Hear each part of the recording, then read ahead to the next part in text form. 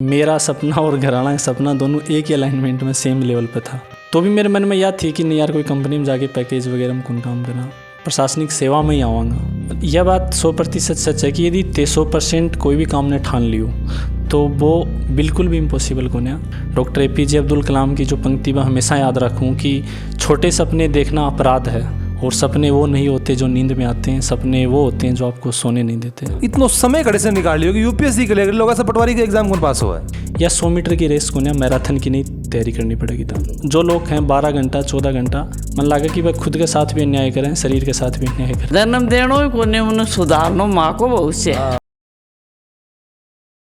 सफलता एक दिन में नहीं मिलती, लेकिन अगर ठान लो तो एक दिन जरूर मिलती है। राम जी नमस्कार, मैं अरुण थे, देख रहे हो जलगो झुंझुनू। अभी आप पहुंच गया झुंझुनू का है चिड़ावा तहसील के अंदर एक गाँव आवा है डांगर गाँव, और जगह ग्राम पंचायत लागे है बामणवास। अभी आप बैठे हाँ मान सिंह जी का घर और का जगह बेटा ही दिनेश जी UPSC बना क्लियर करी है और 889 बन के रैंक आई है। और इससे पहले भी वे जॉब कर रहा है, जॉब करने के बावजूद इतना समय पे निकाल लियो कि UPSC बना क्लियर कर ली। तो बहुत ही मोटिवेशनल मार की स्टोरी होने वाली है। वीडियो शेयर कर देना, सबसे पहला लास्ट तक देखना है। राम राम दिनेश जी। राम राम जी। तो सबसे पहले दिनेश जी मैं जानना चाहूँगा कि बचपन से बात कर लें कि UPSC क्लियर करनी है, बड़ो अधिकारी बनना है, यो सपनों थारो हो घराड़ा को हो, कब से की शुरुआत हुई? मतलब सर ये यदि इस पे मैं बात करूँ तो कि मैं जैसे सामान्य गांव में और सामान्य परिवार में पला बड़ा हूँ जी। तो गांव में एक कोई भी समस्या होती, कोई भी मुद्दों होते तो लोग ये बोला करता कि यार कलेक्टर गन चालो, SP गन चालो, SDM गन चालो। तो जब मैं के बारे में कि मेरे पापा जी खुद एक शिक्षक का, तो मैं उन्हें यह बात पूछी कि यो हर समस्या को समाधान कलेक्टर का SP का नहीं हो है कि। तो उन्होंने बताई कि UPSC सिविल सर्विस के एग्ज़ाम हो है जिनके द्वारा भारत सरकार के हर विभाग में टॉप प्रशासनिक पदों पर जाया जा है।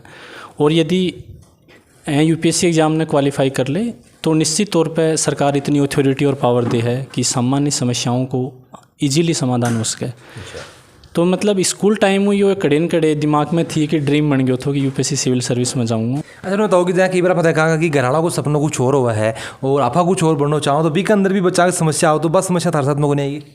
मतलब ये मैं सौभाग्यशाली मानो या कहीं मानो कि मेरा सपना और घराना का सपना दोनों एक ही अलाइनमेंट में सेम लेवल पर था। तो जब मैं इवन मैं IIT में सेलेक्ट हो गया और मतलब सॉफ्टवेयर इंजीनियर के तौर पर मैं मेरी ग्रेजुएशन करी, तो भी मेरे मन में याद थी कि नहीं यार, कोई कंपनी में जाके पैकेज वगैरह में कौन काम करना, प्रशासनिक सेवा में ही आऊँगा। और मतलब ये हमेशा से एक सपना रही है।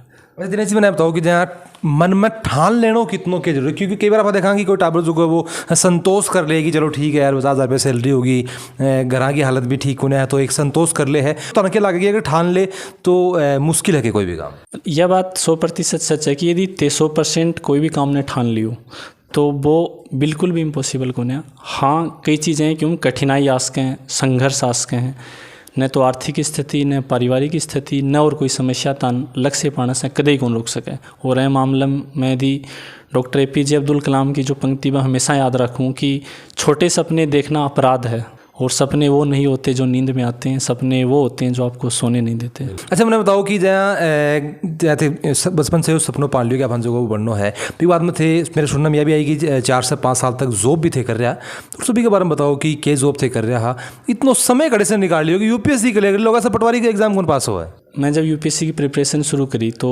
स्टार्टिंग में मैं उस साथ थी, मैं RS को भी एग्ज़ाम दियो और RS में भी मेरा सिलेक्शन हो। पहली बार में मैं सामाजिक सुरक्षा अधिकारी के पद पर मेरा चयन हो।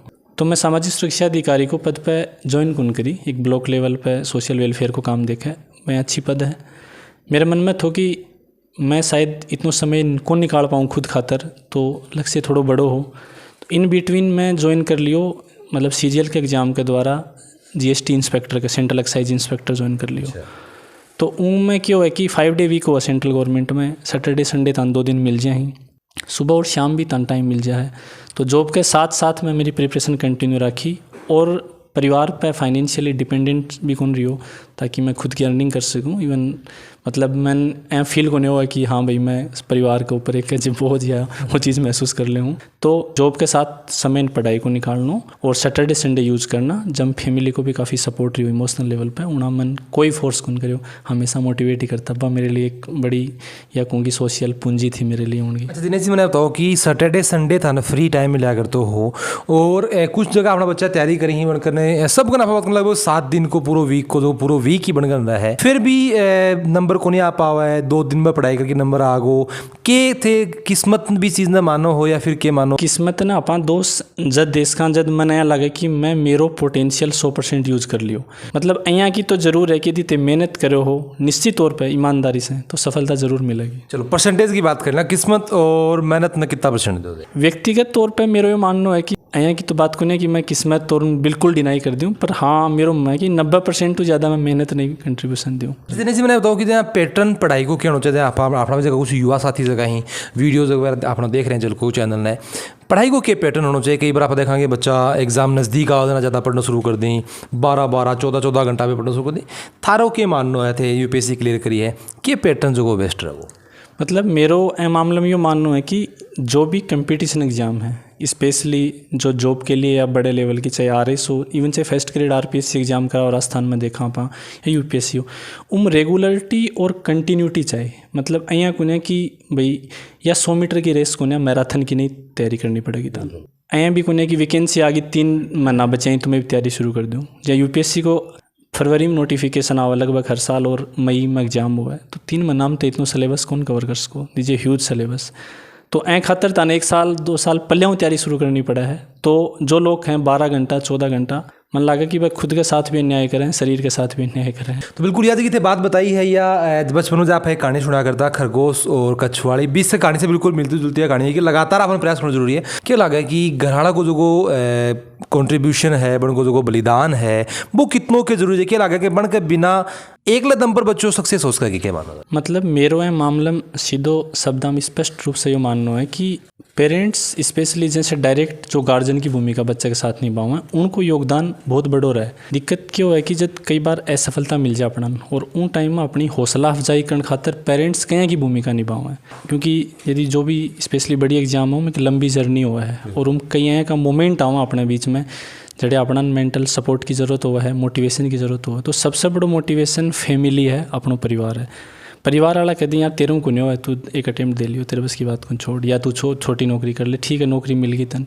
यदि ऐ की बात परिवार करे तो बच्चन भी लगा शायद कि तू काबिल ही को नहीं चीज़ के।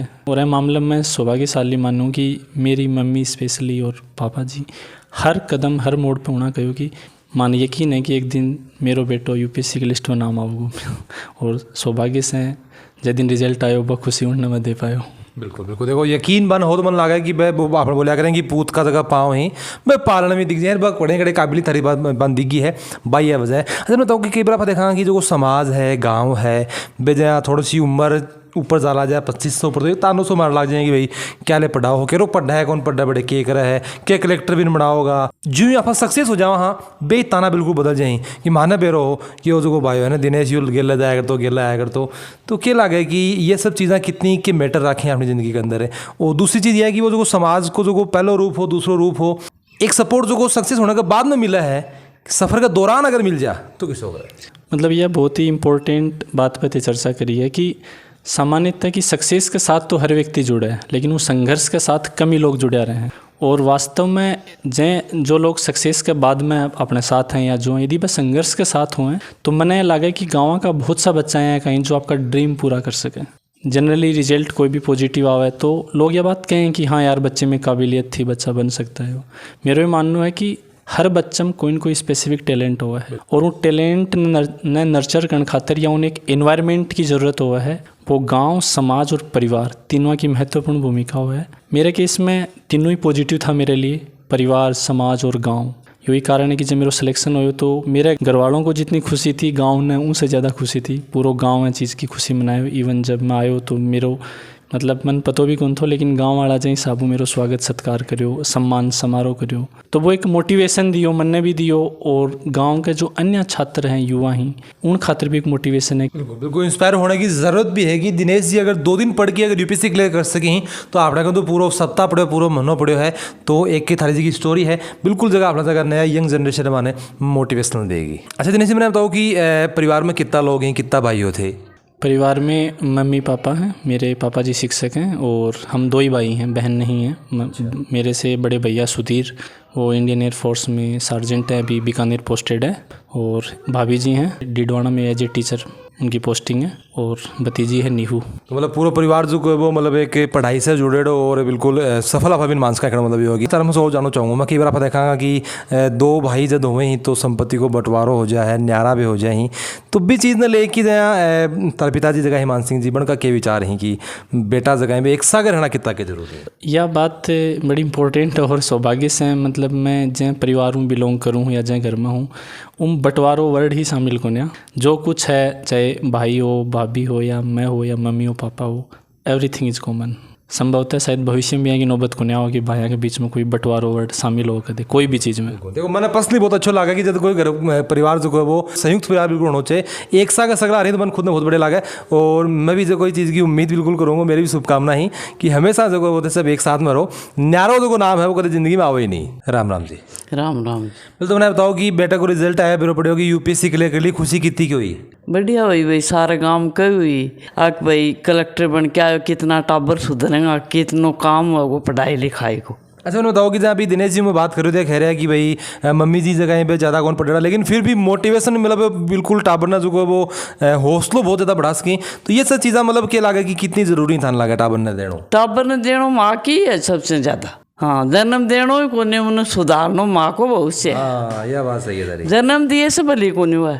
मैं तो यह सोची कि मैंने कमाई खाने से मतलब को नहीं कि मन बड़ा सारा रुपया ला के दे दे उन्हें रोटी खा लूँ मैंने तो यह कि नाम कमाना की जरूरी है। कद बेरो पड़ी होगी भाई आप लोगों को बेटो है यो कोई बड़ो ही काम करेगा, मतलब यो छोटी बड़ी नौकरी कौन लागे? छोटी बड़ी नौकरी को मैंने कुछ कौन बेर पड़े, मन तो भगवान आस्था दे दी कि तू अनपरी नीति घेर ले तेरी पूर्ति करा। राम राम जी। राम राम जी। मैंने बताओ कि दिनेश जी को रिजल्ट आयो जना, ऑब्वियस सी बात है कि खुशी जी की भी कह जाएगा ना तोले जा सका ना भी जा सका, फिर भी पूछूंगा मैं कितनी की खुशी हुई? तरह बहुत भारी खुशी हुई जी, अपार खुशी जिसका वर्णन कह नहीं सकता, शब्दों की कमी है। बिल्कुल देखो खुशी तो है चीज़ होएगी जो शब्दा पापा कह कौन सका।